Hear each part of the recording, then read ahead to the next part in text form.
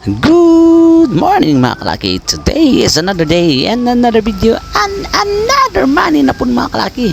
Mga kalaki, please support and subscribe to our YouTube channel at Kalaki mga kalaki.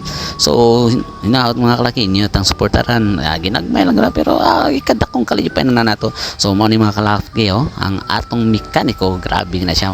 Happy go lucky na siya permi, Sige ran sa tingsi, sige ran katawa.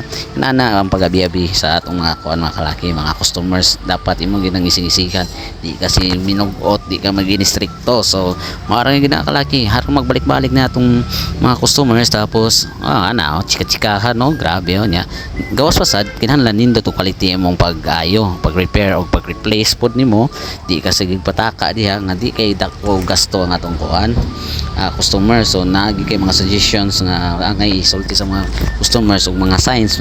So mao ni mga kalaki na ay gitudlo ang atong mekaniko, nisulti siya unsay mga signs nga angay nagdi siya ilisan ang brake caliper kit sa iyang motor. So mao ni kalaki sulti sa atong mekaniko kung bati na kuno ang braking performance, mao ni nagsugod na og pamati ang mga brake, dili na makapahunong sa motor sama sa usual.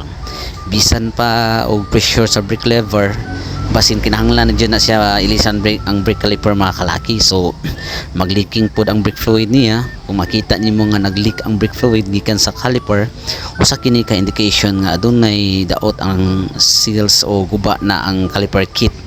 So uneven wear sa brake pads mga kalaki, usa po na siya, importante kay na kung ang brake pads mag-wear unevenly, like ang usa ka side lang ang mas mo paak, posible nga ang caliper kit na ay problema sa alignment o positioning. So rust o corrosion na siya mga taya sa mga kalaki. Kung makita nimo ang caliper nag-rust o na corrosion, makadaot kini sa performance ug mahimong mag-cause pa og further damage. So ang ikalima mga kalaki, naa na siya strange noises.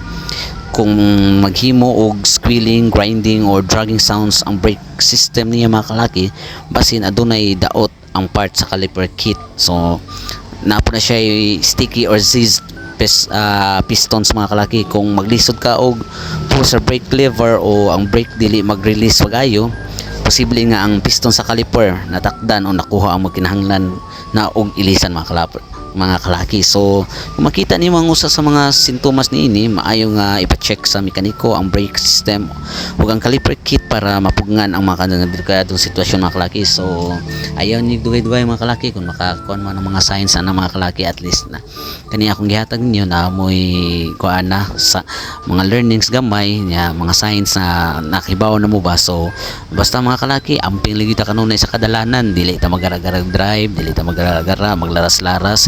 Importante maabot sa atong padulungan nga wala rin nahitabo. Basta maorgina mga kalaki, una-una permi nga naatay mga pamilya sa panimalay nga naghuwat ka nato.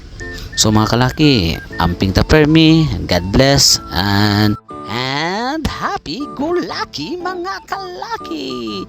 Thank you sa pagtanaw sa atong video kanunay mga kalaki. Enjoy and God bless.